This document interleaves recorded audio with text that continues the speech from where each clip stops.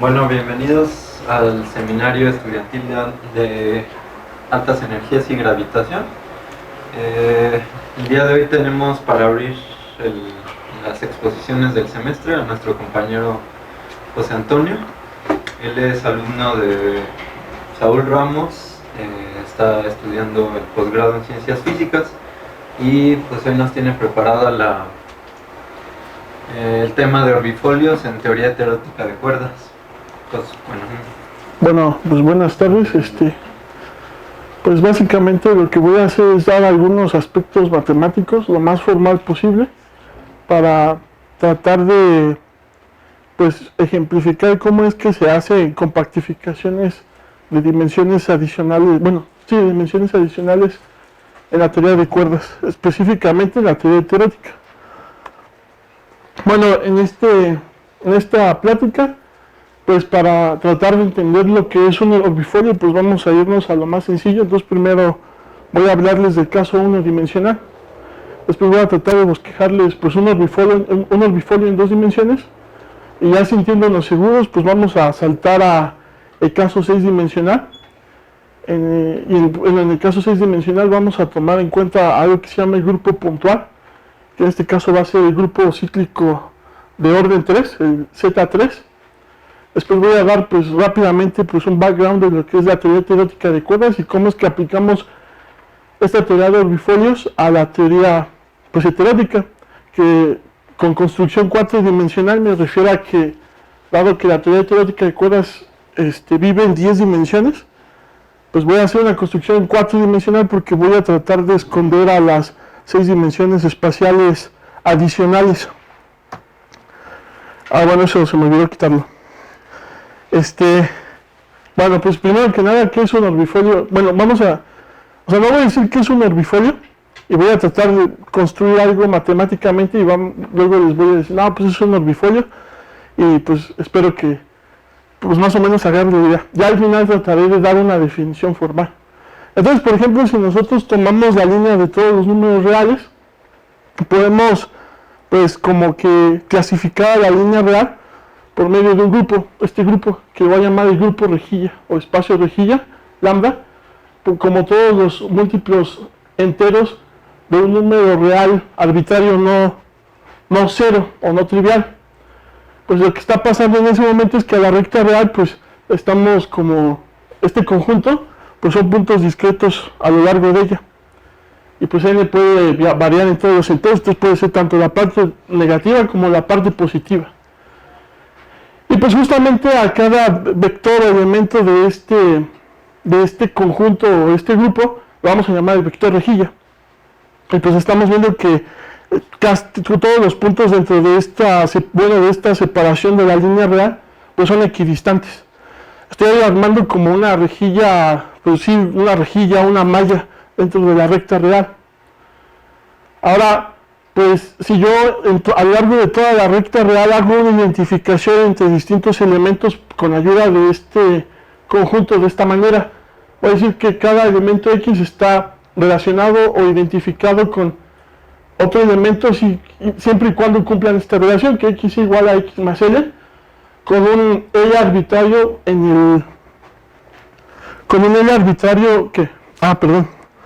sí, no sabía que tenía apuntador. Con un L arbitrario dentro del grupo rejilla. Entonces, ¿qué estoy diciendo? Digamos que tengo el intervalo 0, A. Entonces estoy diciendo que todos los vectores, un elemento arbitrario del intervalo 0, A es equivalente a todos los puntos tales que le sume pues un elemento de este vector rejilla. Entonces, por ejemplo, el A medios, si yo le sumo un elemento, pues digamos A, entonces voy a tener 3 medios A, y ese elemento es equivalente a A medios, y así me puedo seguir a lo largo de toda la recta real. Entonces, como que estoy haciendo clases de equivalencia de la recta real, estoy separando la recta real en intervalos equidistantes de tamaño A. Está muy sencillo, está muy sencillo el concepto, pero pues sí es importante porque acabo de pasar de un espacio no compacto a un espacio que pues está acotado. Entonces, estoy diciendo que básicamente solamente con que me fije en un intervalo, basta para estudiar a todos los números reales, porque todo lo que está en un solo intervalo es equivalente a todo lo que está, bueno, a puntos que están fuera de él. Y esa identificación pues es importante. Acabo como de hacer que toda la recta real se vaya a un solo intervalo chiquito, compacto. Y pues podemos deducir de esto que entonces un dominio fundamental para todo esto que acabo de decirles es el intervalo 0, porque todo punto en la recta real es equivalente a algún punto dentro de este intervalo. Entonces, pues hasta aquí estamos bien. Pero no es todo lo que necesito. Ahora, lo que hice ahí nada más es construir un toro unidimensional. Para construir lo que yo voy a llamar un orbifolio toroidal, lo que voy a hacer es como doblar a este toro. Entonces, para doblar a ese toro voy a utilizar otro operador. Este operador generalmente se le llama operador puntual. Y pues porque se me antoja, lo podría hacer con cualquier otro, pero en este caso, como estoy en la recta real, no tengo mucha libertad. Entonces, pues un operador muy sencillo sería tomar el operador de paridad. El operador de paridad lo único que hace es ponerle un signo negativo a cualquier elemento de la recta real. Y pues a este operador, que lo voy a llamar operador de giro, siempre debe ser un automorfismo del grupo rejilla. ¿Qué quiere decir con esto? Que si yo, por ejemplo, aplico el operador paridad a un elemento del grupo rejilla, tiene que ir a dar a otro elemento del grupo rejilla. Eso me refiero con que sea un automorfismo. Si no, no es consistente todo lo que estoy haciendo. Y pues sí lo es, ¿no? Cuando yo aplico el operador paridad a un elemento del grupo rejilla, yo sé que el grupo rejilla es de la forma n por a. Si aplico el operador de paridad, entonces me da menos n por a. Pero menos n también es un entero. Y pues sigue cumpliendo la característica de que sea un elemento del grupo rejilla. Entonces no hay ningún problema. En este caso sí es un automorfismo. Entonces voy a inducir con esta definición una relación de equivalencia que va a estar dada por esto. Entonces x va a estar relacionado con p de x para toda x en R. Entonces hasta este momento lo que tengo son dos relaciones de equivalencia. La relación que se da por sumarle un múltiplo del entero a, de un múltiplo de a, y aparte aplicar el operador de paridad a un elemento del grupo de la rejilla. Ahora bien, sabemos que pues el operador paridad al cuadrado es igual a 1, o sea, es igual, regresa 1 al mismo elemento en el que estaba cuando aplicó el operador paridad. Entonces, pues, de esto sabemos que el operador P pues forma parte del grupo cíclico de orden 2, el que llamamos el grupo Z2. Entonces, pues el grupo Z2 es el grupo que tiene solamente dos elementos. En este caso, la identidad y el operador paridad, pues, sí forman un grupo, ¿no? Y ese es el grupo Z2. Aquí está. Y pues vamos a decir que este operador de giro, que fue el operador paridad, es el grupo puntual del orbifolio. ¿Por qué? Porque cambia punto a punto del grupo rejilla que yo tenía originalmente. Bueno, hasta aquí pues no son muy complicados los conceptos, pero pues es importante notar que las dos relaciones que les acabo de decir son relaciones de equivalencia, ¿sí? Bueno, ahora, si yo combino la acción de estos dos grupos en uno solo, debido a que es un automorfismo el operador que les dije, el de paridad, entonces pues yo me quedo dentro del mismo grupo, no hay problema. Entonces puedo definir un nuevo grupo que voy a llamarle el grupo espacial, el cual actúa como una acción conjunta de un elemento del grupo rejilla y del grupo Z2 que les acabo de decir. Entonces, si yo, por ejemplo, tomo un elemento de la recta real y aplico este operador, donde W y L, W pertenece al grupo Z2, L pertenece al grupo lambda, que es el grupo de la rejilla, y va a actuar de esta manera. El W, pues lo que hace es como doblar al espacio, por eso le llamamos el grupo, el operador de W, eso no sé cómo decirlo, y L pues es una traslación simplemente de que está dado dentro del grupo rejilla, ¿sí? Bueno, aquí le dije W está en el grupo Z2 y L está en el grupo rejilla. Y entonces vamos a decir que hemos construido un orbifolio unidimensional imponiendo dos relaciones de equivalencia asociadas a estos dos grupos específicos. Este grupo espacial, con elementos de la forma WL, nos permite dar una descripción más compacta. Entonces, fíjense, lo que acabo de decir es, a todo elemento X en R, voy a decir que está en relación con un GX, siempre y cuando esta G sea un elemento del grupo espacial. El grupo espacial es la combinación de los dos grupos que les acabo de decir. Entonces, pues al espacio cociente de los reales dado por este grupo espacial, lo voy a llamar el herbifolio unidimensional. Bueno, ¿y qué quiere decir todo este relajo? Pues lo que acabo de decir es que a todos los números reales los acabo de identificar con un intervalo compacto. Entonces como que compactifiqué a la recta real, dadas estas dos, las acciones de estos dos grupos. Bueno, este grupo espacial ya engloba las acciones de los dos elementos del grupo. Bueno, así lo voy a anotar como omega 1 dimensional, dado por el grupo puntual Z2, y pues va a ser el espacio cociente de los reales con el grupo espacial que les acabo de decir. Oye, José, ¿Qué pasó? pero, ¿y si solo lo hubieras hecho con un grupo, por qué no sería un herbifolio? Ok, lo que pasa es que ahorita en el caso de la recta real, pues no hubo problema, como que sí, es claro que pues con la primera acción del grupo ya como que compactifiqué toda la recta real. El problema es que cuando lo haces en más dimensiones ya no es tan claro que estás realmente haciendo que todo el espacio se vaya a algo compacto o algo acotado. Aquí sí, pero cuando vayamos a más dimensiones no, ahí sí necesito la acción de los dos grupos. Ahorita a lo mejor en los ejemplos de 2 dimensional y 6 dimensional se queda más claro, pero sí necesito la acción de los dos grupos. Ya, y en este caso uno dimensional, con tan solo usar un grupo ya hubiera sido un herbifolio. ¿Ya es un herbifolio o no? Es una buena pregunta, no sé.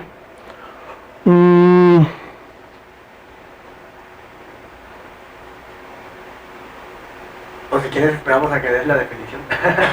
Pues es que yo tenía la idea de que sí, porque de todas maneras estoy identificando elementos de un intervalo con todo R y cumple las características de que tiene puntos fijos. Ahorita voy a decir qué es eso, pero si tiene puntos fijos en los cuales la curvatura se hace infinito, pues es como un herbifolio. Con el grupo nada más de la rejilla a lo mejor funcionaba.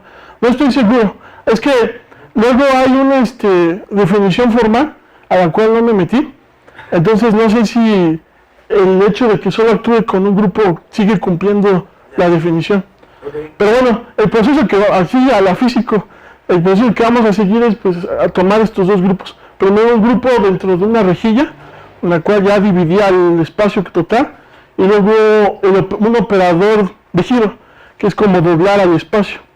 Entonces, pues esto es la acción de esos dos. No sé si con uno baste, pero en dos dimensiones es claro que no.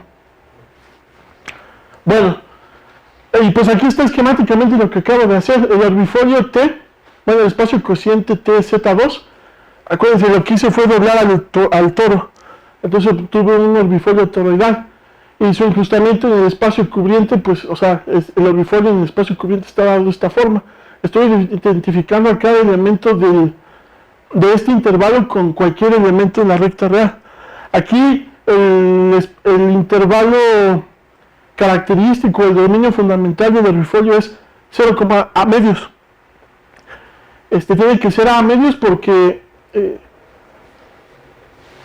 a medios es, bueno, un elemento ya aquí es equivalente a un elemento a la mitad entre a medios y a2 debido al operador de paridad. O sea, mi rejilla me decía que de 0 a bastaba, pero con el operador de paridad, ahora el dominio fundamental basta, bueno, tiene que ser solamente 0 y a medios. Bueno, hay que pensarle tantito de que tengo, por ejemplo, aquí de 0 a pues miren, aquí está, de 0 a. Si por ejemplo aplico primero por ejemplo a Y, le hago el operador de paridad, lo lleva para acá. Y si le aplico un elemento, bueno, y ahora una traslación por un elemento de la rejilla, lo lleva por acá. Entonces este Y es equivalente a este Y. Entonces basta con que el dominio fundamental solo sea de 0 a medios. ¿Sí? Y bueno, básicamente lo que estoy haciendo es que doblé el dominio fundamental del toro, que era de 0 a medios, al dominio fundamental del orbifolio, pues que solo va de 0 a medios, gracias al operador de giro. Por eso se llama así, twist operator. Bueno, yo lo traduje como operador de giro, pero pues en inglés se entiende como algo que estoy doblando, ¿no? Torciendo. Torciendo, ándale, suena mejor eso, ¿sí? Y bueno, entonces, como que el orbifolio, o sea, el orbifolio es el espacio cociente de la recta real con el grupo espacial. Y se acuerdan que es el espacio cociente, nada más son el conjunto de las relaciones de equivalencia, digo, de las clases de equivalencia. Y cualquier clase de equivalencia de ese tipo está en completa correspondencia con el intervalo, o bueno, el dominio fundamental. Entonces, como que puedo pensar al orbifolio como este dominio. Claro, porque este dominio está en perfecta concordancia con una de las clases de equivalencia del espacio cociente. Bueno, eso está medio abstracto, ¿no? O sea... Con cada una, ¿no? Sí, exacto, o sea, con cada una de las clases, no con todas. Este dominio está en completa concordancia con cada elemento de las clases de equivalencias generadas por el grupo espacial en la recta real. ¿Sí? Entonces, básicamente lo que hice fue como compactificar a toda la recta real a este dominio. Y bueno, eso ahorita está medio manejable porque todo lo estoy haciendo unidimensional, pero va a ser muy importante que tengamos pues todos estos mecanismos para más dimensiones. Ahora, muchas personas se preguntan si los orbifolios siguen cumpliendo la característica de variedad. Vamos a ver que no. Si por ejemplo yo me acerco bueno, digamos que el orbifolio sí lo veo como el dominio fundamental 0 a medios. Entonces si por ejemplo yo me acerco al a medios, que es un punto fijo, ¿sí se ve que es un punto fijo? Por ejemplo, tengo aquí el intervalo 0 a medios. Entonces si aplico el operador de paridad, me lo manda a menos a medios. Y si ahora lo traslado por A, me regresa a medios. Es un punto fijo. Lo mismo pasa con 0. Resulta que los únicos dos puntos fijos del dominio fundamental son 0 y a medios. ¿Sí? Bueno. Resulta que si yo me acerco, pues con vectores tangentes, por así decirlo, acercándome a medios, y yo luego sigo como, bueno, y luego como que me sigo en el dominio de regreso con un vector tangente, vamos a ver que el vector tangente va a tener una rotación inmediata de pi. O sea, se voltea por completo. Bueno, esto es así es como más o menos se saca la curvatura. Sabemos que la curvatura en un punto de una variedad se calcula como la norma de la tasa de cambio de un vector tangente unitario a la variedad. Y vemos que esa noción tangencial, cuando me acerco a este punto fijo, como que me dice que la curvatura es infinita, porque cambia, pues, inmediatamente que yo llego al punto fijo. Entonces tiene un cambio abrupto, brusco. Entonces si yo calculo justamente la curvatura en los puntos fijos, me doy cuenta que tiene la característica de que la curvatura es infinita. Bueno, eso los diferencia claramente de las variedades. Entonces, no, un orbifolio no es una variedad. Eso de que lo acoté, le saca características extrañas como esta en los puntos fijos. ¿Sí? Entonces, un orbifolio no es una variedad. Y bueno, como le digo aquí, la existencia de singularidades de la curvatura en puntos fijos distingue a los orbifolios de las variedades. Entonces, pues creo que más o menos va quedando clara la idea de que es un orbifolio, al menos en una dimensión. Ahora, bueno, es el proceso que les contaba. Por ejemplo, si esto fuera una variedad, pues sin problemas podría como cambiar, pues la tasa de cambio del vector tangente pues no es tan abrupta. Pero en un orbifolio sí, cuando me acerco al punto fijo cambia bruscamente. ¿Sí? Bueno, todo esto fue para el caso unidimensional. Ahora voy a tratar de construir un orbifolio para el caso 2 dimensional. ¿Qué voy a hacer? Entonces tratar de compactificar a todo R2. Para hacer eso, primero, como siempre, empiezo por definir un grupo rejilla. El grupo rejilla siempre lo llamo lambda. Entonces como que estoy haciendo un enrejado en todo R2 ahora. Este enrejado lo voy a generar con dos vectores base de R2, E1 y E2. Y pues el grupo rejilla va a ser pues las combinaciones lineales de estos vectores base. Con M1 y M2 pues cualquier entero. Entonces como que estoy dividiendo a todo R2 en, pues sí, como una rejilla, ¿no? Justamente por eso es el nombre. Estos puntos generados por dos vectores base son los que generan las combinaciones lineales de ellos, ¿sí? Entonces ya, eso es lo que hace el grupo rejilla. Ahora estos vectores base, pues no dije quiénes son, pueden ser los que sean, pero deben estar, pero estos vectores base van a estar caracterizados por su norma y por el ángulo que existe entre ellos, ¿sí?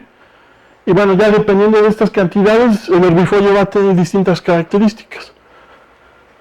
Ahora, justo cuando yo impongo la relación de equivalencia dada por esta rejilla, entonces el espacio cociente de R2 con este grupo rejilla, ya lo defino como el toro 2 dimensional, ¿sí? Entonces esos puntos son como el toro 2 dimensional. Ahora, bueno, eso se obtiene imponiendo esta relación de equivalencia, la cual sí es de una relación de equivalencia. Hasta aquí vamos bien. Lo único que construí es un toro 2 dimensional. Ahora, para construir el herbifolio, ahora ya te diste cuenta que no, a pesar de que, bueno, no, el chiste es que ahora me falta un operador de giro, como les dije hace rato. Antes tenía el operador de paridad, pero ¿qué operador de giro podría utilizar aquí que sea un automorfismo del grupo rejilla? Resulta que el operador de paridad sigue funcionando.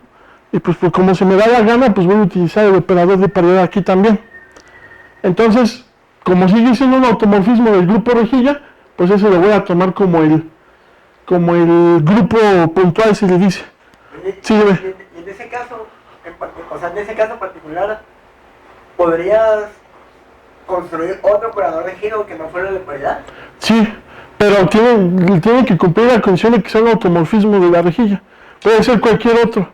O sea, cualquier automorfismo es un buen operador de giro. Sí, okay, sí. En este caso, pues como es el más sencillo, voy a utilizar el de paridad. Ajá, okay. ¿Sí? Vale. Ok. Bueno, entonces sí es un automorfismo y pues justamente este operador corresponde a una rotación por pi. ¿Sí? O sea, cada vez que yo tengo un vector y lo proyecto con el origen, en realidad lo que hice fue hacer una rotación por un ángulo pi. Y pues, entonces tenemos que el grupo que genera este operador de giro, ¿cuál es? Tengo la identidad, el operador de giro, y si aplico otra vez el operador de giro, me regresa la identidad, ¿sí? Entonces tengo otra vez al grupo Z2, al grupo cíclico de orden 2. ¿Sí se entendió eso? Entonces el operador de giro, en este caso nuevamente me genera el grupo cíclico de orden 2. Y algo que debemos notar es que el grupo puntual, o sea, el grupo que acabo de decirles, el Z2, es un subgrupo discreto del grupo de rotaciones O2 en la variedad real de R2. Y eso es una característica muy específica que cumplen los operadores puntuales. Generan siempre un subgrupo discreto de rotaciones en la variedad en la que esté trabajando. Lo vamos a ver también en el caso de las variedades 6 dimensionales, bueno, los bifolios 6 dimensionales. ¿Por qué te quedan rotaciones? No me quedó claro.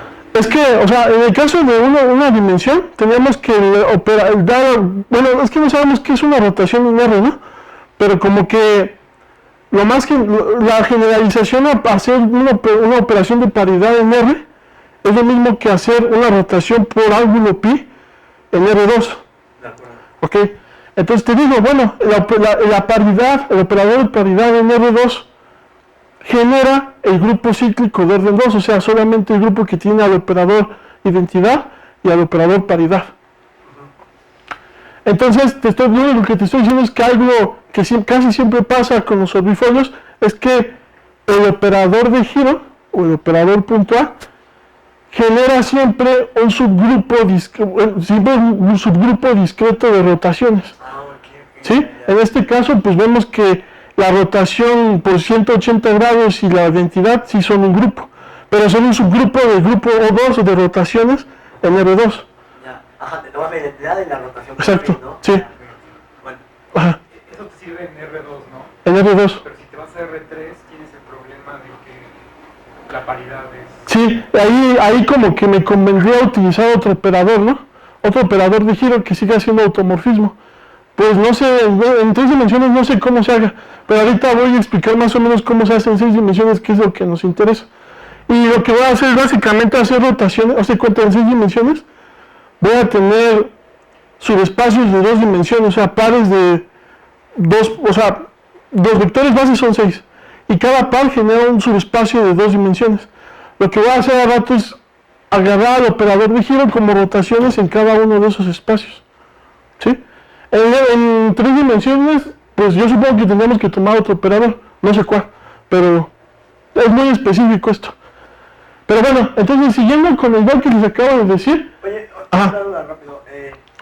Y si te tomas otros operadores de giro, pues te dan diferentes orbifolios, o en general. No, sí te dan distintos orbifolios, sí, porque el dominio fundamental va a ser distinto.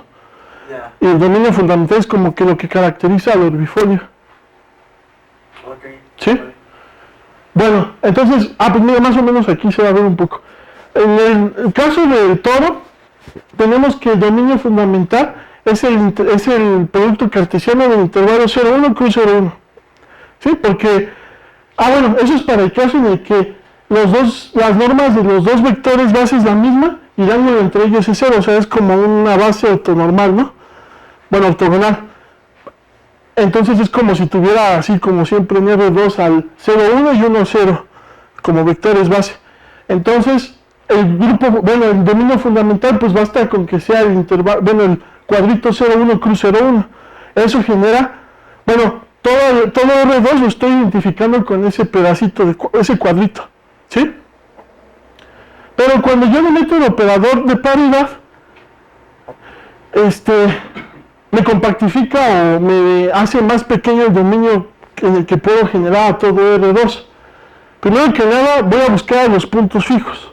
Estos son importantes por lo que les dije de la característica de curvatura cuando me acerco a ellos. Tengo que en este caso va a haber 4 puntos fijos y son justamente estos. El origen, si me muevo hacia arriba por la cantidad A, que es igual a, A1 y A2 los voy a llamar A, ¿sí? Entonces, de aquí a acá es A, de aquí a acá es A, y este vectorcito que es como la suma de estos dos vectores, ¿sí? Estos 4 puntos van a ser los puntos fijos. Y los puntos fijos casi siempre me determinan el dominio fundamental, me ayudan a determinar cuál es el dominio fundamental.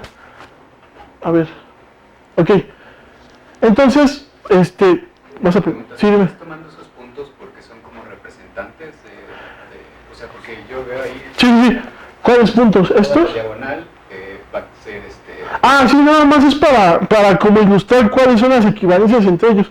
Por ejemplo, si yo tomo el punto B, bajo el grupo espacial que va a ser la combinación de la acción del grupo rejilla y del grupo Z2, va a decir que es equivalente a este punto que está acá. Este va a ser equivalente a este que está acá, por eso tiene el mismo nombre. Pero este B también es equivalente a este que está acá. Igual Y va a ser equivalente con este que está acá. Y así. Entonces, como que eso me va a ayudar a identificar cuál es el dominio fundamental. Si te das cuenta, a lo mejor con este cachito ya logro identificar a todo R2, pero no. Fíjate que esta T solamente está identificado con esta T de hasta acá. Entonces como que tengo que extender mi dominio hacia arriba. Pero el problema es que esta línea va a resultar, este punto E va a estar identificado con este punto E. Entonces, como que lo que me hace falta para generar o identificar a todo R2 sería este cuadrito cerrado y este cuadrito, pero sin la frontera. ¿Por qué? Porque este punto ya lo tengo acá, es equivalente, ¿sí? Entonces, los puntos fijos como que me ayudan a ver cuál va a ser el dominio fundamental. Y bueno, resulta que, sí, es lo que les acabo de decir, el dominio fundamental va a ser este cuadrito cerrado y este cuadrito de arriba, pero sin fronteras, porque las fronteras ya están identificadas con estos puntos, ¿sí? Aquí está, este es el dominio fundamental. Y el orbifolio, pues ahí está inmerso en el espacio cubriente R2. Entonces, Acuérdense, el herbifolio es el grupo cociente, el espacio cociente, que son las clases de equivalencia. Pero cada una de las clases de equivalencia está identificado completamente uno a uno con este dominio fundamental. Entonces al herbifolio lo puedo pensar como este dominio fundamental. Está interesante, ¿no? O sea, cómo es que solamente viendo ese cuadrito ya sé que eso es el herbifolio. Pero matemáticamente es más complejo. ¿Sí? ¿Pudiese también haber elegido en vez del cuadro de arriba el cuadro de No, abajo? porque, mira, si no, ya no es como que este punto fijo me está diciendo que tengo que considerar este. ¿O cuál cuadro dices? Tienes este cuadro, ¿no? Ajá. El pequeño. Sí. Que me falta lo que está arriba. Lo que está arriba. Pero lo que está arriba también está en el cuadro de Ah, sí, también pudiste haber hecho eso. También pudiste haber tomado este Ajá. y este de acá abajo, ¿no? O el de la derecha. Sí. El chiste es que le pega a todo R2. Pero pues, para hacerme fácil la vida, voy a tomar estos dos juntitos. ¿Sí? O sea, no. O sea, ahí podrías formar un cuadro. Podría nada más tomar este y este de aquí abajo.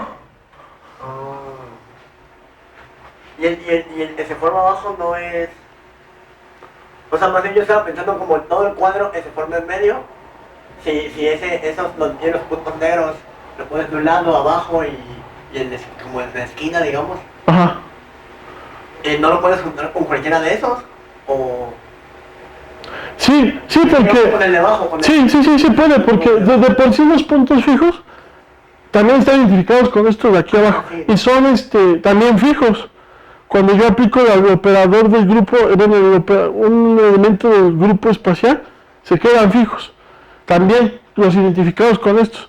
Entonces también puedo haber tomado este cuadrito y el cuadrito de abajo. Hasta separados, se los puedes tomar. Sí, también lo puedes hacer así. El chiste es que todo R2 lo puedas identificar con algún conjunto. En este caso, pues voy a tomar este. Y tiene que ser compacto y... Pues no es compacto, porque tiene como fronteras abiertas.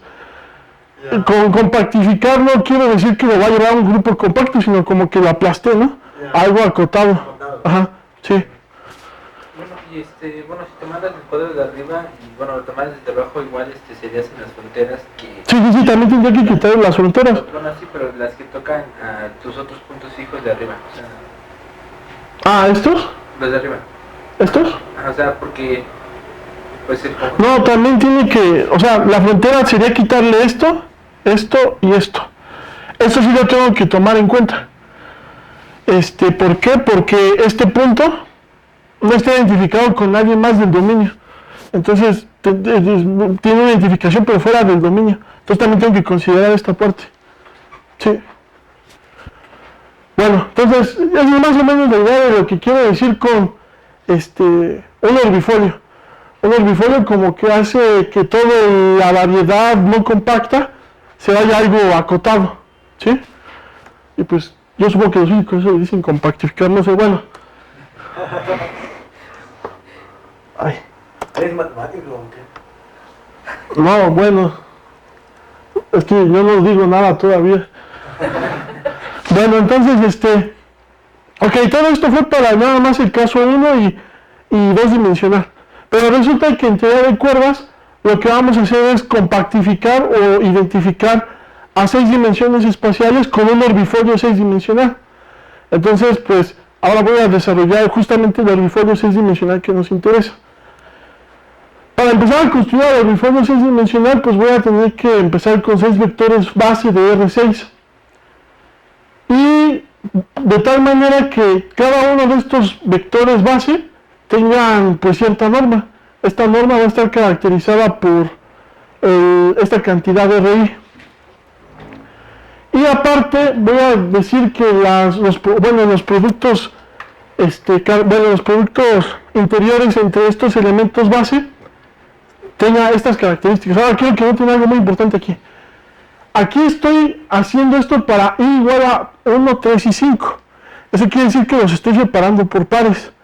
Por ejemplo, si I es igual a 1, entonces E1 y E2, sus normas tienen que coincidir en esta cantidad, RI al cuadrado. En el caso, bueno, y aquí si yo hago el producto interior entre E1 y E2, deben cumplir esta característica. Esto lo hago por pares, porque como les dije hace rato, el herbifolio 6-dimensional va a consistir, bueno, va a tener por ahí operadores de rotación en subespacios de 2 dimensiones, ¿sí? Ok.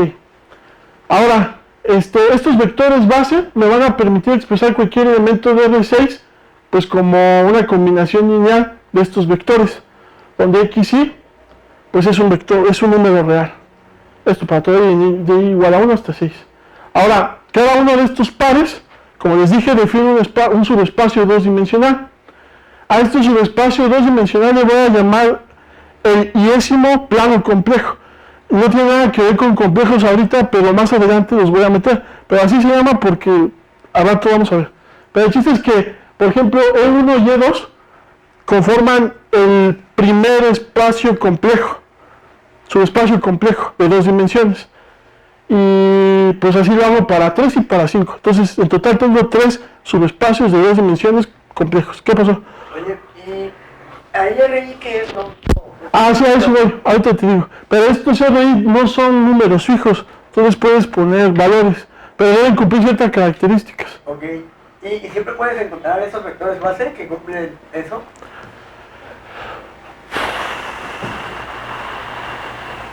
O sea, si yo doy un RI que cumple dadas características, siempre puedo construir esa base.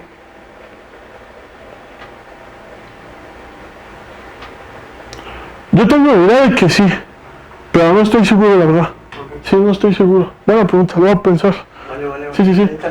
Bueno, entonces, bueno, ya tengo 3 subespacios. ¿Qué pasó? Tu segunda condición estás ya fijando el ángulo, ¿no? Sí, el ángulo entre ellos debe ser fijo. Y son 90 grados, ¿no? Pero una orientación específica. Sí, casi siempre el primero va a estar como que... El segundo va a estar como rotado en el sentido de las manecillas del reloj. Sí, y va a tener como que más de 90 grados, ¿no? Porque es una cantidad negativa. Sí.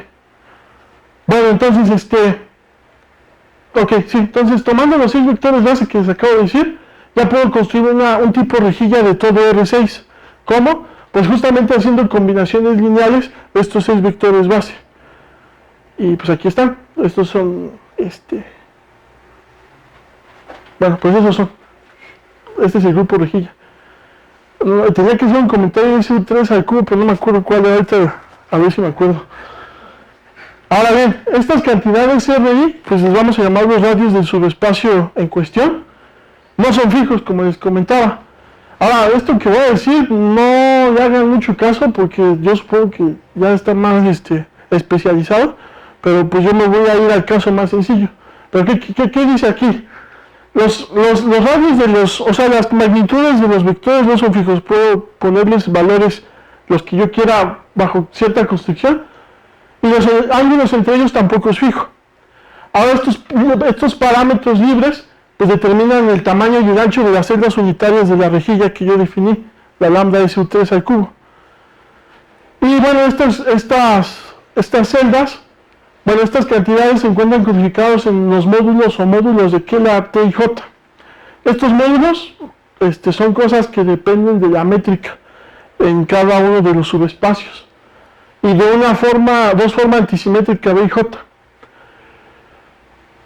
No voy a meter en eso porque ni siquiera sé qué es esto, pero aquí solamente nos vamos a ocupar del caso en el que los módulos de Keeler son diagonales. Y bajo convenciones de normalización vamos a ver que estos módulos están definidos de esta forma. Tienen que ver con la métrica del subespacio y esta dos forma antisimétrica. Y bueno, la métrica en cada uno de estos subespacios se define así. Y pues con la definición que les di al principio, esto se puede escribir también así. Ah, y aquí no es igual. Aquí es esto multiplicado por la matriz. ¿Sí? Bueno, yo supongo que estos módulos y estas formas antisimétricas tendrán alguna implicación física. No lo sé, pero pues bueno, así lo leí, pues como hace todas estas aclaraciones. Pues ese es el contenido de campos de cuerdas, ¿no? Sí, exacto. Como la métrica y el antisimétrico. Sí, pero Bueno, sí, ajá. Pero no sé. Sí, pero no estoy seguro de qué manera esté relacionado. Pero bueno, en este caso lo único que les quería decir es que los parámetros no son fijos y los valores que yo les ponga determina el ancho y la forma que tiene la rejilla en cuestión.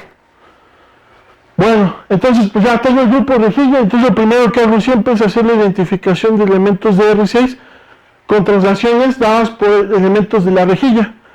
En este caso pues voy a decir que X está identificado con X más L siempre y cuando L esté en el grupo rejilla. Y esto lo voy a hacer para cualquier elemento de R6. Y con esta identificación tenemos que el espacio cociente de R6 con ese grupo rejilla es el toro 6 dimensional.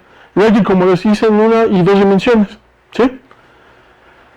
Ahora el operador de giro en este caso va a consistir justamente en rotaciones simultáneas por un ángulo de 2 pi-tercios en cada uno de los planos, o de los subespacios de 2 dimensiones, o planos de R6. Entonces, ¿cómo defino este operador de giro? En términos de los vectores base, pues voy a decir que θi va a ser θi más 1. Por eso te decía hace rato que el siguiente elemento base siempre es como una rotación por más de 90 grados del vector inicial, del primer vector base. Y bueno, y al siguiente pues lo voy a identificar de esta manera, que básicamente la resta de estos dos me da justamente el vector que va a rotar dos veces por 2 pi-tercios, el primer E1. Entonces, esto es lo mismo. Y bueno, esto lo hago para cada par, ¿sí? Entonces, ahí está la acción del operador de giro. Y notamos que claramente, pues, como estoy haciéndolo por 2 pi-tercios, entonces cuando lo haga 3 veces me va a dar la identidad. Y este operador de giro ahora me está generando un grupo discreto de orden 3, dado por el grupo cíclico de orden 3, que sería la identidad, el operador de giro y el operador de giro 2 veces. Entonces ahí tengo el grupo finito Z3 y va a ser el grupo puntual que voy a utilizar para este orbifolio. Entonces ya con estos elementos ya puedo definir a mi orbifolio. Entonces el grupo espacial, ¿quién va a ser? La acción conjunta de traslaciones dada por vectores en la rejilla y estas rotaciones dados por elementos en Z3. ¿Qué pasó? Oye, ¿y si me tomo un operador de giro que no sea de orden finito?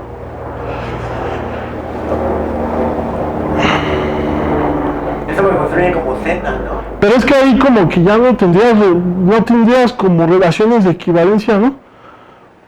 Porque todo estaría identificado con todo. O sea, no estarías como que particionando a R6. Sí, Entonces, si es discreto, no, como que no tiene mucho sentido. sí, entiendo. Entonces, esa es la idea de que tiene que ser discreto. Ajá, gracias. Entonces, si lo hago así, pues ya como que estoy ahora identificando a un dominio acotado con todo R6. Sí. Bueno, entonces con esto en mente, ya podemos definir al orbifolio. Bueno, era la siguiente. Pero bueno, entonces, lo que les decía, ¿no? El grupo espacial va a ser la acción conjunta de esos dos grupos, donde, bueno, va a estar dado, bueno, un elemento del grupo espacial es WL sobre X, donde W está en Z3 y L está en la rejilla. Y bueno, va a tener una acción de este tipo. Y en términos de vectores base va a tener este tipo de acción. Ahora, por ejemplo, si yo me fijara en el caso específico en que W sea θ, yo sé explícitamente cómo cambia un vector de R6 en términos de este elemento, en donde no lo traslado, pero sí le aplico una rotación por 2 pi-tercios. Y pues va a estar dado de esta forma. ¿Por qué? Porque yo sé cómo actúa θ en cada uno de los vectores base, ¿no? No sé si eso sirve de algo más adelante, pero bueno, ahí está. Entonces ahora sí puedo definir el orbifolio 6 dimensional. El orbifolio 6 dimensional, pues sería el espacio cociente de R6 con el grupo espacial que les acabo de mencionar. Así lo voy a anotar como omega 6 dimensional dado por el grupo puntual Z3. Pero es el espacio cociente construido cuando imponemos que los puntos XX, cualquier par de puntos en R6 están identificados entre ellos o relacionados entre ellos bajo la acción de este grupo espacial. Es decir, que X está relacionado con X', sí, solo si existe un elemento de S, tal que X es igual a la acción de un elemento de S sobre ese X, ¿no? Entonces automáticamente tengo relaciones de equivalencia y entonces tengo un espacio cociente y cada una de esas clases de equivalencias inducidas por la relación tiene una correspondencia 1 a 1 con un dominio fundamental. El chiste es que encontremos ese dominio, ¿sí? Para poder más o menos visualizar cómo es el orbifolio. Una pregunta. Sí. ¿Por qué elegiste que la simetría de rotación sea bajo 2 pi-tercios?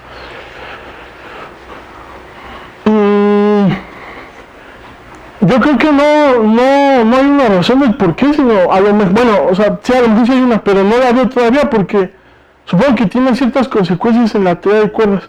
No sé cómo, no sé cuál, pero matemáticamente no tenía por qué ser así, puede haberlo hecho por cualquier otro ángulo y seguía generándome un orbifolio.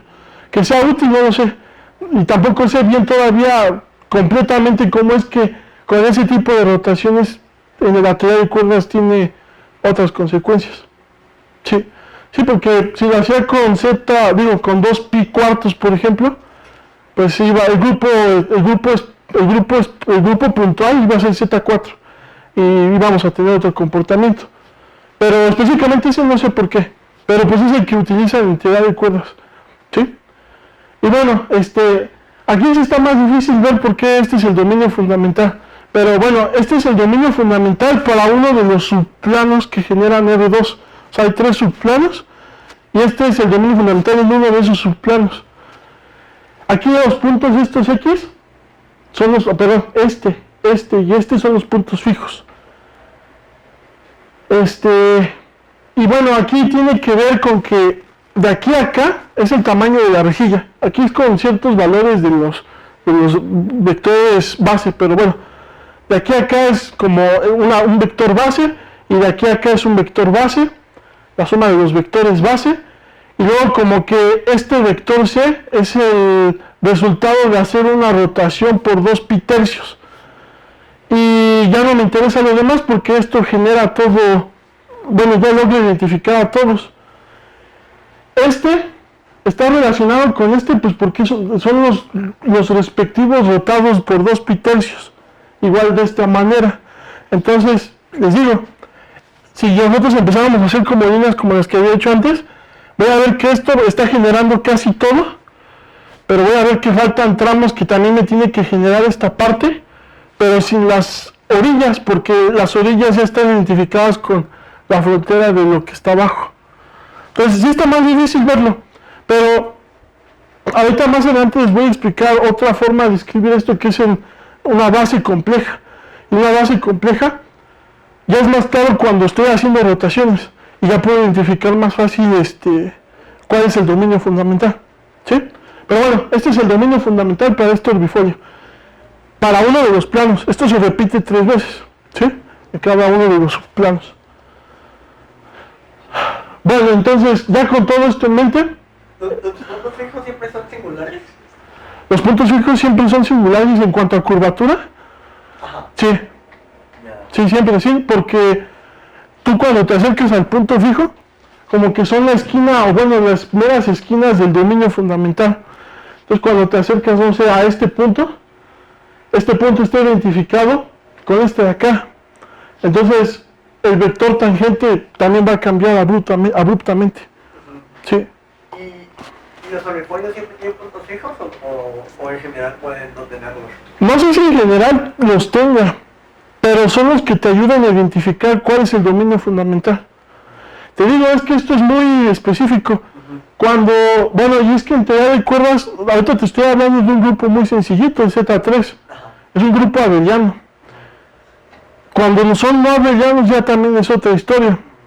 Entonces, pues como que tienes que hacer el estudio para cada uno de los grupos que tú propongas. ¿Sí? ¿Qué pasó?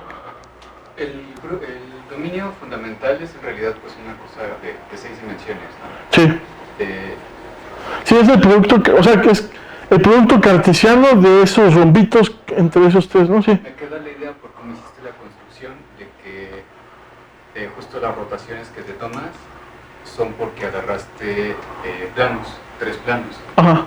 Entonces es como para hacerse fácil la vida, porque si, por ejemplo, tus rotaciones mezclaran el 1 con el, yo que sé, el 6, Sí. Te quedaría un dominio igual muy raro. Sí. Está bien. Pues sí, o sea, a lo mejor también, o sea, la elección tal vez de la acción sobre la base, pues también tiene que ver con hacerse fácil la visualización del dominio fundamental, ¿no? Tampoco, bueno, si me pusiera a combinar todos los subespacios esos, pues ya quién sabe con qué esté trabajando. Pero sí, esto me ayuda a visualizar más o menos qué está pasando. ¿Sí? Bueno. Ok, entonces, pues ya sabemos cómo, bueno, aquí a partir de ahorita pues voy a tratar de demostrar una propiedad muy importante de los orbifolios, que va a ser importante a la hora de utilizar la integral de cuerdas. Primero que nada, yo sé cómo se define la relación, bueno, las clases de equivalencia asociado a un elemento del grupo espacial. Pues es simplemente todos los elementos conjugados con cualquier otro elemento del grupo espacial. Entonces, esta es la clase de equivalencia para WL. Entonces, yo le aplico todas las conjugadas de otros elementos del espacio base, del espacio espacial. Ahora, tenemos que determinar cuáles son todas las clases de equivalencia. Resulta que, bueno, para poder ver aquí, según ellos escribieron en el pizarrón, pero no sé si quiera ver, esperen. Bueno, a ver, ahorita veo. Vamos a probar que, bueno, para ver exactamente cuáles son las clases de equivalencia, pues voy a fijarme básicamente elemento por elemento del grupo. No lo voy a hacer todo, obviamente, ahorita les digo que esto se simplifica bastante.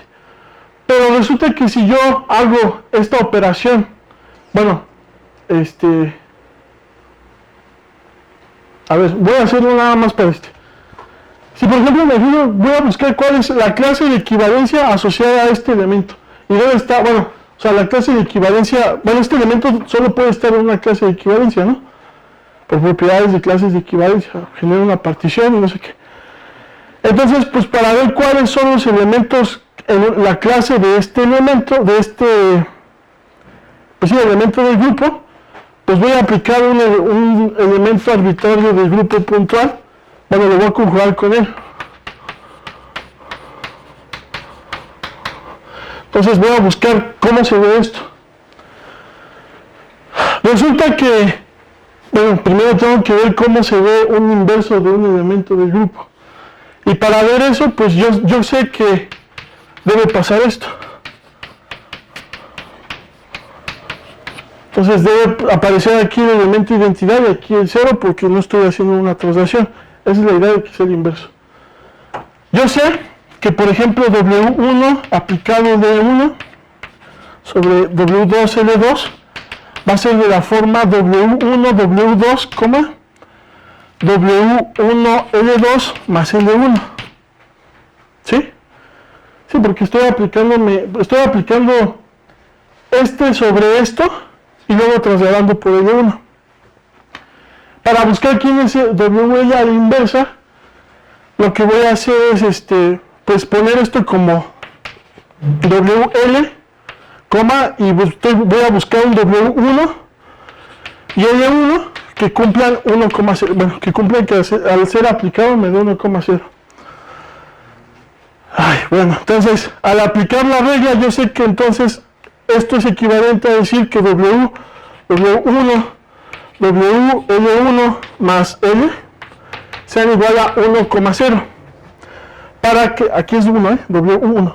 Para que esto me dé la identidad, entonces W1 tiene que ser ¿quién? El inverso de W. Y para que esto me dé 0, entonces tengo que pedir que esto sea 0 y luego obtener L1. Entonces tengo que imponer L1 más L igual a 0. Y para que eso pase a L1, tiene que ser de la forma menos W a la inversa aplicada a L. Entonces ya sé cómo va el elemento inverso.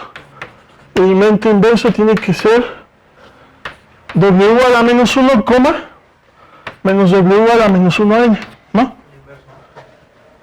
Este es el inverso, perdón. ¿Va? Ok, entonces esto ya.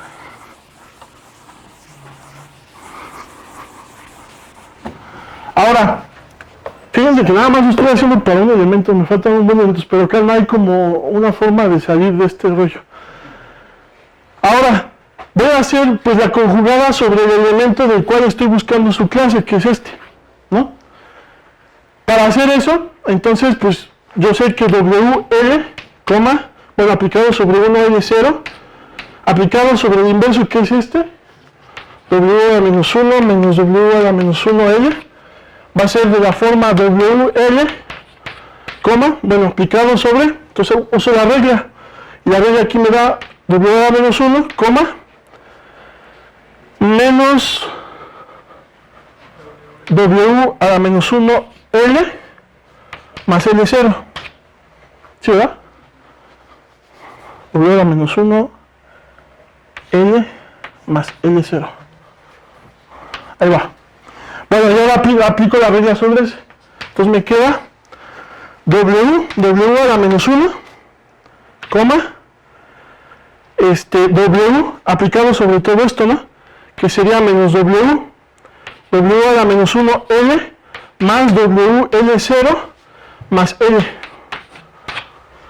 Y esto me queda entonces 1, esto se anula, entonces me queda menos L más WL0. Y esto entonces es 1, WL0. ¿Sí va? Ahí está. Ahora bien, acordémonos que estoy trabajando sobre el grupo Z3, entonces W solo puede ser de 3 sopas. La identidad, teta o teta al cuadrado. Entonces todos los elementos que estén relacionados con este de aquí, solo pueden ser estos 3. ¿Sí? Entonces acabo de encontrar la clase de equivalencia de un elemento que está en el sector de puras traslaciones. ¿Sí? Bueno, ahora resulta que tengo que hacer eso, pero para vectores, elementos que estén en el sector de WL, donde W no es el trivial. O sea, no es de identidad. Bueno, no lo voy a hacer, pero el chiste es que la forma general para un elemento de esa forma, o sea, un teta, un elemento, bueno, aquí solamente para teta, tendría que hacerlo para identidad, ya lo hice, y para teta 2, teta al cuadrado. Bueno, resulta que para teta y L0, las clases de equivalencia tienen esta forma. Son teta, L0 más combinaciones lineales de estos números. M son enteros, y donde B cumple estas propiedades. Si uno hace la tarea, obtiene eso, ¿sí? Y me falta entonces identificar las clases de equivalencia para el caso en que tengo teta al cuadrado L0. Entonces, sí es un rollo, ¿no? Pero bueno, hay un teorema que nos facilita la vida. Resulta que voy a mostrar que hay 27 clases de equivalencia en total. Ya ahorita como que identifiqué 2 bien, ¿sí? Y pues resulta que cada una de estas clases de equivalencia tiene como un elemento líder o un elemento característico. Ese elemento característico es de esta forma. Bueno, un elemento característico está dado por, caracterizado por esta expresión. L que va a depender de estos 3 enteros. Y son combinaciones lineales de enteros por los vectores base. Se me olvida que tengo el apuntador. Ya lo perdí, aquí está. Y bueno, no voy a hacer la prueba, pero estos son los pasos de la prueba. Básicamente tengo que probar lo siguiente. Primero tengo que demostrar que es consistente tomar un vector rejilla y escribirlo de esa forma. ¿Por qué? Porque acuérdense que cualquier vector rejilla, espérenme. Ah, sí, porque acuérdense que el grupo espacial tiene que ser un automorfismo del grupo rejilla. Entonces tengo que demostrar que es consistente escribir cualquier elemento rejilla como combinaciones lineales de estos. ¿Sí? Ahora, una vez que demuestre que cualquier vector rejilla se escribe de esta forma, o sea, sí puede ser escrito así, veamos que 2 elementos líderes, o sea, 2 elementos de esta forma que caracteriza cada una de esas clases, son iguales si solo si están en la misma clase. Es decir, que están determinadas únicamente por ese tipo de elementos. ¿Vale? Y pues eso es por unicidad, ¿no? Supongo que estos dos están en distintas, bueno, supongo que están escritos, bueno, escriben a este vector de Hilbert y vamos a ver que están relacionados si solamente si estos dos son iguales. Y con eso ya digo que las clases de equivalencia están completamente determinadas. Después, vemos qué pasa con los puntos fijos bajo el operador espacial de esta manera. Bueno, este tipo. Y veo que para que sea un punto fijo, dado por por este elemento del sector del teta para el grupo espacial, es fijo siempre y cuando pase esto. Es decir, todos los puntos fijos son de esta forma. P menos teta a la inversa aplicado sobre L. Entonces, ¿qué pasó? ¿En la notación de eso es N1, N2 y N3? ¿O porque dice N3 y luego N5? ¿Dónde? Ah, me equivoqué, perdón. Aquí es N1, N3 es N5. Ya. Ahora, los N solamente pueden ser escritos solo pueden tener valores de 0 y más menos 1. Ya. Y eso lo demuestro aquí, o sea, para que sea consistente. Ajá. ¿Y lo de abajo también son 3 y 5 o esos sí son 2 y 3? ¿Aquí? Abajo, más abajo. ¿Abajo? ¿Arriba? Ahí. Aquí también es un N1, N3 y N5. Okay. Perdón, sí, perdón. ¿Sí? Sí, ahí me equivoqué. Ok, después ya que tengo identificados a los puntos fijos, resulta que solo hay 27 puntos que son inequivalentes entre sí, o sea que no existe una relación entre ellos dado por el grupo espacial.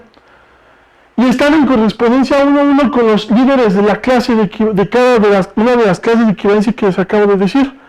Es decir, el punto fijo, aquí se escribe de esta manera.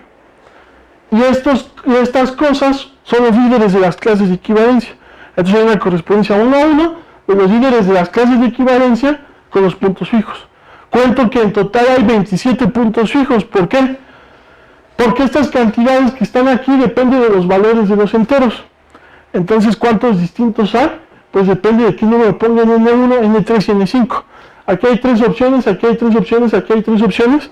Entonces en total hay 3 al cubo opciones, 27. ¿Sí? Entonces en total hay 27 puntos fijos, entonces 27 clases de equivalencia. Con esto ya tengo completamente caracterizado al grupo espacial de mi orbifolio. Bueno. Ay, ¿qué es eso? Bueno, aquí es como sigue la prueba. Bueno, pero esto no es lo que les está... Bueno, es de todo lo que acabo de decir, pero en feo. Bueno, ya. Entonces, resulta que aquí también puedo definir una base distinta en términos de la base que ya les acabo de mencionar. Esta base les voy a llamar la base compleja y están dados por estas cosas, miren. ZI va a estar dado por XI más este exponencial que es básicamente una fase, por XI más 1, donde las X vienen de los coeficientes que tiene un vector X al expresar en términos de la antigua base. Y bueno, cuando yo veo cómo actúa un operador de giro sobre estos elementos de la base, veo trivialmente que son justamente, pues nada más rotar a los elementos por 2 pi-tercios, ¿no? Que es lo que les decía que pasaba intuitivamente hace rato, pero aquí ya se ve más explícito, gracias a que estamos trabajando en complejos. Resulta que también el grupo espacial actúa de esta forma. Si yo escribo a Z con Z1, Z5, como entradas de vectores, y entonces puedo escribir explícitamente a los puntos fijos, que son estos. Estas B son constantes que vienen de la forma en que escribo esto. Pero el chiste es que puedo ya caracterizar por completo a los puntos fijos. Y estos puntos fijos son justamente los que determinan bien cuál es el dominio fundamental del orbifolio. ¿Sí? Entonces, pues escribirlo de esta forma ayuda mucho porque así es más fácil identificar el dominio. Bueno, resulta que entonces cuando yo trabajo en teoría de cuerdas, eso es lo que voy a hacer. Voy a compactificar 6 dimensiones espaciales. La teoría de cuerdas tiene 10 dimensiones, espacio-temporales. Entonces 4 de ellas pues ya sé cuáles son las que pues vemos siempre, y quiero compactificar el resto de las 6 que sobran.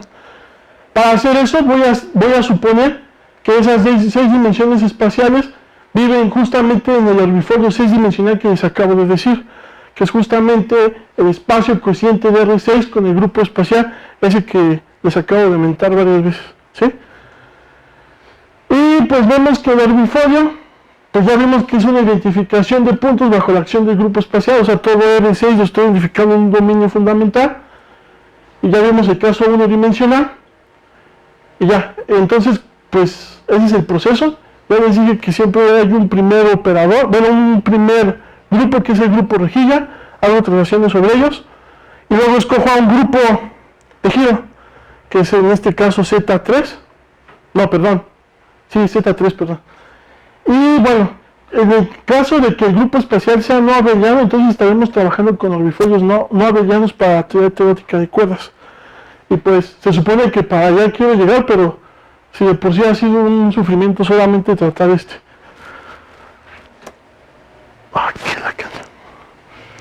Bueno, entonces ahora sí, ¿cómo aplico todo este rollo que acabo de decir en teoría de cuerdas?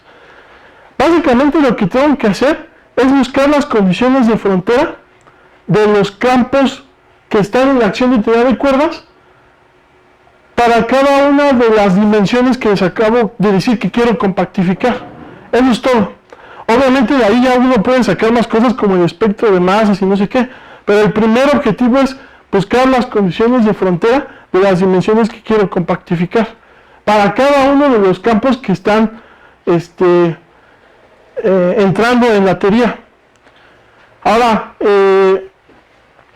pues yo sé que la teoría de cuerdas lo que voy a hacer es describir la acción de campos inmersos en es una teoría de campos en 2 dimensiones.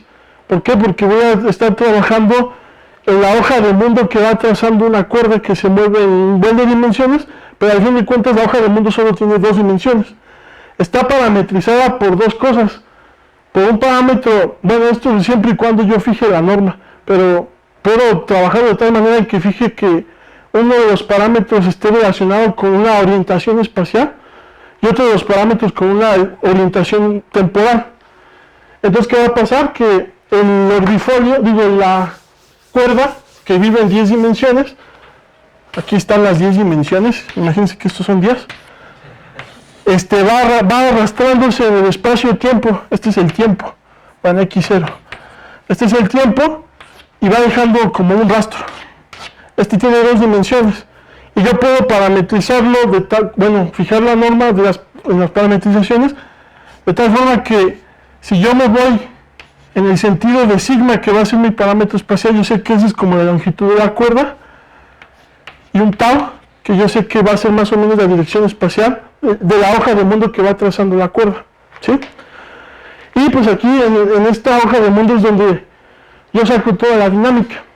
La acción, pues entonces va a estar inmersa en esa hoja de mundo, y como es heterótica, vamos a estar trabajando siempre con la versión híbrida en la cual ya tengo supersimetría y en la cual solamente tengo la teoría de cuerdas bosónica. Entonces ya voy a tener bosones y fermiones combinados. Aquí tengo todos mis campos. Estos sí que están aquí son los grados de libertad fermiónicos y estas X son los grados de libertad bosónicos. Estas XU me dicen cuáles son los grados, cómo es que los bosones viven en el espacio de 10 dimensiones. Y esta cosa que está aquí, la teoría de cuerdas las consideran como qué pasa con esos bosones cuando están inmiscuidos en un todo 16 dimensional. El chiste es que el conjunto de todo esto me da una teoría de 10 dimensiones. Y yo tengo que, entonces, estos campos X viven como en un espacio-tiempo 10 dimensional. Lo que voy a hacer es hacer que las componentes que vivan en las 6 dimensiones que quiero compactificar cumplan ciertas condiciones de frontera bajo el orbifolio que yo les acabo de construir. ¿Sí? ¿Cómo hago eso? Bueno, está muy feo. Entonces, Básicamente la cuerda es un mapeo. Bueno, si yo trabajo con coordenadas, bueno, estas coordenadas se llaman, ay, se me fue el nombre. Coordenadas, ¿de qué? ¿No son las de cono de luz? Sí, las de cono de luz, exactamente. Son las coordenadas de cono de luz. Entonces esto fija la norma y se deshace de cosas que no son físicas. Y básicamente la cuerda es un mapeo que va de estos dos parámetros hacia una supervariedad de mañana. Está bien feo eso, pero básicamente es el producto cartesiano de una variedad real y una variedad grassmanniana. Pues las grassmannianas pues tiene que ver con los... Bueno, tiene que estar allí para que salgan fermiones. Y bueno, la cuerda es básicamente el mapeo a esa supervariedad riemanniana. El espacio va a ser justamente una variedad real de 10 dimensiones, otra cosa de 10 dimensiones y el toroide de 16 dimensiones que les conté, donde están los grados de libertad bosónicos. Y resulta que en la teoría teórica de cuerdas, el grupo de norma que, en los grados de libertad fermiónicos, que hace que todo esto sea consistente, yo no sé por qué es consistente así, pero lo es, según todos, es solamente si escogemos a estos dos grupos de norma, el E8 cruce 8 y el SO32, módulo Z2. Y bueno, esa es la teoría de cuerdas heterótica. Entonces, sí, dime. ¿Dijiste que fijabas la norma? Cuando digo norma, más bien es como que, es que ya ves que la acción, cuando yo trabajo con la hoja del mundo, es invariante ante parametrizaciones. Entonces yo puedo parametrizar de la forma que yo quiera. Una de ellas es en la que yo diga, no, pues yo quiero que uno de ellos sea siempre la dirección espacial y la otra sea la dirección temporal. Ahí estoy como que fijando una norma. Es todo. ¿Sí? Oye, ¿puedes regresar una hora? Sí. Si me vas a preguntar de esto, no sé, o sea, nada más. Ya, o sea, E8 cruce 8 lo vas a escoger de norma, pero... O sea, ¿sobre quién actúa? Es sobre los grados de libertad bosónicos en el toro. Sobre las X. Sí, sobre las X. Ya. ¿Y el SO32 también? Sí, o sea, es que puede ser cualquiera de ellos dos. Ah, no. Sí, cualquiera de ellos dos. Pero no sé, o sea, las dos tienen distintas consecuencias, pero ya ves que hay una correspondencia entre todas las teorías de cuerdas y no sé qué. Entonces, el chiste es que puedes trabajar con cualquiera de los dos. Okay. ¿Sí? ¿La MUI corre de 0 a 3 o corre...? No, la MUI corre de 0 a 10. Es que estamos en 16 dimensiones. O sea, la hoja del mundo está inmersa en un espacio de 10 dimensiones. A lo mejor les estoy diciendo mentiras. Es que... Bueno, ya, mejor vamos a pasar. Es que... Bueno, entonces, sabemos que en la teoría teórica de cuerdas, las cuerdas son cerradas, entonces debemos tener condiciones de frontera periódicas sobre las X, que son los grados de libertad fermiónicos. Y con esa periodicidad me refiero a que cada vez que yo me muevo espacialmente ya en un periodo de la cuerda, eso está identificado con el mismo elemento más una traslación. Y como les dije, vamos a estar trabajando en este grupo regido, donde aquí solo vamos a considerar 8 cruce 8. Oye, ¿ya me puedes decir entonces por qué no habías puesto ese un 3 cubo? Sí, no lo he pensado. Es que nada más tiene que ver con las rotaciones en cada uno de los planos. Ya, pero por ejemplo, ahí le pones E8 cruce 8 y eso ¿qué significa? Que el grupo de norma de los grados de libertad fermiónicos es ese. O sea, no sé, nada más sé que ese es el que se usa. Pero no lo voy a usar, o sea, lo único que estoy interesado aquí es ver cómo traducir las condiciones de frontera a este contexto en términos de que ya sé que las dimensiones que quiero compactificar son el herbifolio que te dije. Es lo único que quiero hacer. Aquí ya no me estoy metiendo en qué es esto, o sea, solo sé que esto pasa. ¿Por qué? Porque sé que es consistente con este grupo. ¿Sí? De norma de tu teoría, sí. Por otro lado el grupo que estás usando para compactificarlo. Sí, exacto. Bueno, pero si tú pones E8 cruce 8 ahí como abajito de la lambda, Eso ya te, o sea, tú podrías decir, ya sé cómo es esa rejilla. ¿Cuál es la No, pero es que hay que tener cuidado porque aquí estoy trabajando en el espacio de los campos. Yo a los orbifolios los estoy trabajando en el espacio-tiempo, en las coordenadas del espacio. Ajá. Aquí son cosas distintas. O sea, tengo el grupo de norma, pero para los campos. Ahorita yo te voy a decir cómo tratar las coordenadas espaciales como orbifolios. Son como cosas separadas. Sí, o ya valió. Bueno, es que a mí me confunde un poco. O sea, entonces esa L que es, sí es una traslación, pero... Sí, una traslación del campo. Una traslación del campo. Pero... Sí. Espérate, ya me dio miedo porque ahorita voy a decir que las X viven en el...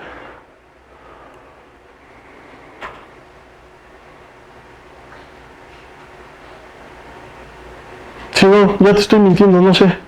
Si no, mejor no me hagas caso.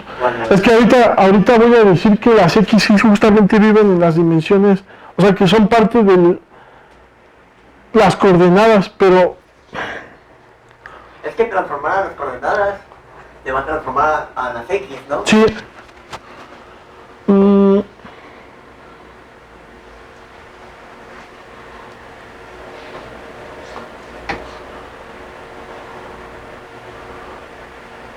Bueno, déjame seguir para no decir más mentiras, ¿sí? Vale. Entonces, bueno, el chiste es que en la teoría teórica de cuerdas voy a tener justamente estas constricciones.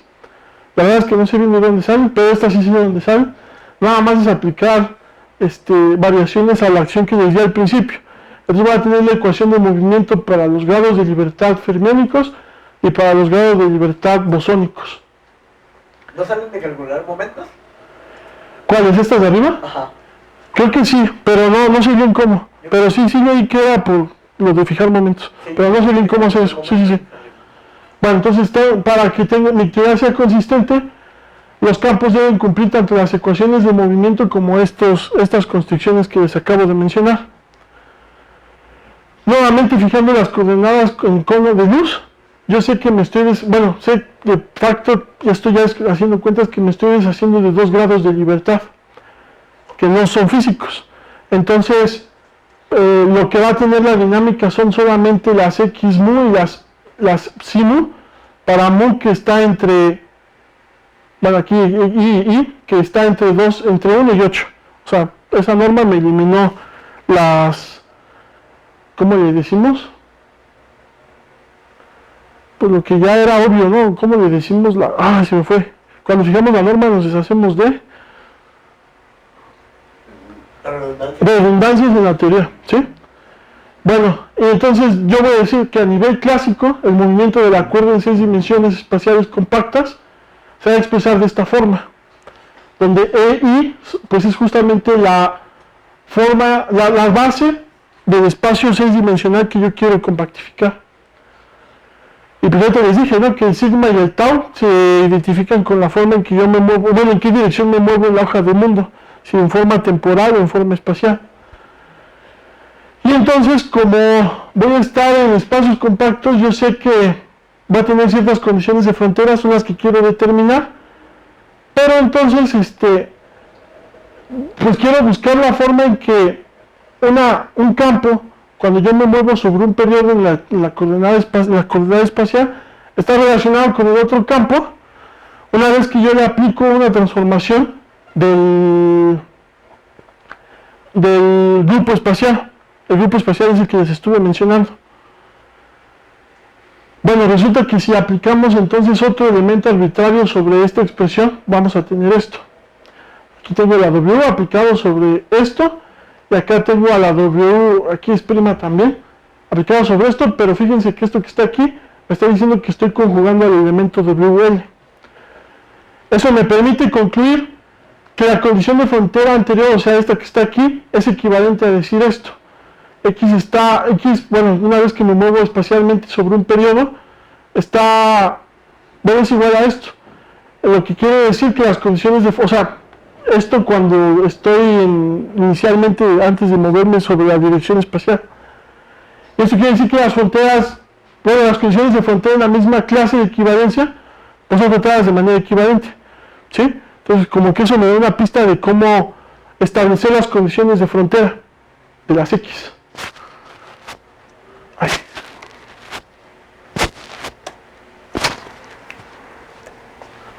Bueno, y bueno, hace rato demostramos que en total hay 27 clases de equivalencia en el sector doblado, o sea, cuando yo tengo una teta no distinta de la identidad y tiene una correspondencia con los puntos fijos del operador teta, lo que está dentro del orbifolio Z3. Bueno, y ya les dije que estos son los grados de libertad. Bueno, una condición de la teoría teórica es que los fermiones los podemos separar en las partes derecha e izquierda. Pero bueno, eso no importa. El chiste es que yo quiero como que codificar de manera conjunta estos grados de libertad fermiónicos y bosónicos, izquierdo, derecho correspondiente, en una sola función, en un solo campo. Pues quiero codificarlo en uno solo. Por lo que tengo que buscar la manera en que las condiciones de frontera se escriban así. Una así, cuando yo me mueva ya, o sea, ya aquí está incluido todos los grados de libertad. Cuando yo me mueva sobre la dirección espacial ya sobre un periodo, ¿cómo está relacionada con la que era originalmente? Entonces, pues va a estar relacionada por medio de la aplicación de 1 a 1, que está en función de algún elemento del grupo espacial. Y tengo que buscar la forma de este operador sobre la cosa que codifica a los dos grados de libertad, bueno, a todos los grados de libertad, bosónicos y fermiónicos. Y pues por consistencia, vamos a pedir que sea un homomorfismo, o sea que homomorfismo, entonces quiero que mantenga la operación del grupo. Si yo voy a aplicar dos operadores de ese tipo con dos elementos del grupo espacial, pues tienen que cumplir la regla de cuando yo componga estos dos. Ya les dije ahorita, ¿no?, que la regla para que se compongan esos dos es esta, justamente. Entonces debo obedecer esta relación. Tengo 4 generadores de grupo espacial, que son estos 4 que puse aquí. Obviamente, pues sí, ¿no? O sea, el teta, pues ya vimos que es el que hace las rotaciones en cada uno de los espacios, subespacios, y las E1, E3 y E5 son uno de los vectores base en cada uno de ellos. Y bueno, ya aquí ya fue donde me quedé, porque lo que tengo que hacer es ver cuáles son las condiciones de frontera que se heredan de aplicar uno de estos operadores. Y bueno, aquí nada más voy a apuntar la idea, porque tengo que buscar la forma en que se ven estas cosas en cada una de las clases de equivalencia que me induce el grupo espacial del orbifolio. De esa manera, pues ya estoy como codificando la manera periódica en que se comporta en las 6 dimensiones que yo estoy queriendo compactificar. Y bueno, o sea, hasta aquí es donde yo llegué. Todavía me falta calcular cosas aquí. Y luego todavía me falta hacerlo para los grados de libertad fermiónicos. Entonces, pues sí, me falta mucho. Pero bueno, esa es la idea de los orbifolios. Pero sí, o sea, en teoría de cuerdas todavía no lo meto, nada más que como quería traerles una idea así general de qué rayos hacer. Y perdón si les cuenté allí un poco. Bueno, dudas, preguntas. Esto es como para hacer fenomenología, ¿no? Sí. Y en principio, o sea, en principio uno puede aplicar toda esta maquinaria a teoría de cuerdas. ¿Y qué quisieras ver para hacer fenomenología? ¿O qué quisieras ahí calcular para hacer fenomenología? Pues es que tengo que, o sea, es a lo que quiero llegar, pero todavía no he llegado que calcular el espectro de masas de distintas, pues sí, el espectro de masas, pero y ahí empezar a ver qué onda con las partículas. Ajá. Ya, ok. Pero eso no lo he hecho aún todo. O sea, ahorita de por sí. Sí, pues sí, ahorita me tardé nada más en ver qué onda con un orbifolio. Sí, va. Sí, ese es el objetivo. Aquí como que nada más les dije hasta dónde llegué en 2 semanas. ¿Sí? Bueno, ¿otra duda? Ajá. Cuando quieres hacer una teoría de cuerdas y estás compactificando, eliges vectores, ¿no? Aquí nos dijiste vector E, Y, no sé qué. Sí. Pero cuando hablas físicamente eliges tamaño de esos vectores, ¿no? Tienes que darle una dimensión. Sí, de hecho es lo que les decía, ¿no? Que ya ves cuando les empecé con los tamaños de los vectores base, es que los vectores base me da básicamente el tamaño de mi dominio fundamental, que es a donde yo voy a hacer que se inmersa todo el espacio, no compacto. Entonces, dependiendo justamente de esos tamaños, es que yo estoy haciendo bien la compactificación. Y pues supongo que tiene que ver, o es la clave, la relación que tiene con la métrica y con la forma esa, las dos formas antisimétricas que les mencioné al principio. Y pues eso de alguna manera me dice bien cómo es que deben tener los tamaños estos vectores base. O sea, esos tamaños de los vectores base no son parámetros libres en una teoría de cuerdas. No, los tienes que fijar para cierta teoría, sí. O sea, son libres, tú los dices. Son libres matemáticamente, pero ya cuando lo metes ya fenomenológicamente tienes que fijarlos de alguna manera. ¿Y con qué cantidades están relacionados? No, eso sí no sé todavía. Sí. Sí, eso es como que es el criterio principal, ¿no? ¿Cómo sé que ya estoy compactificando bien? Sí, no sé todavía. Bueno, pues ya eso sería todo. Muchas gracias.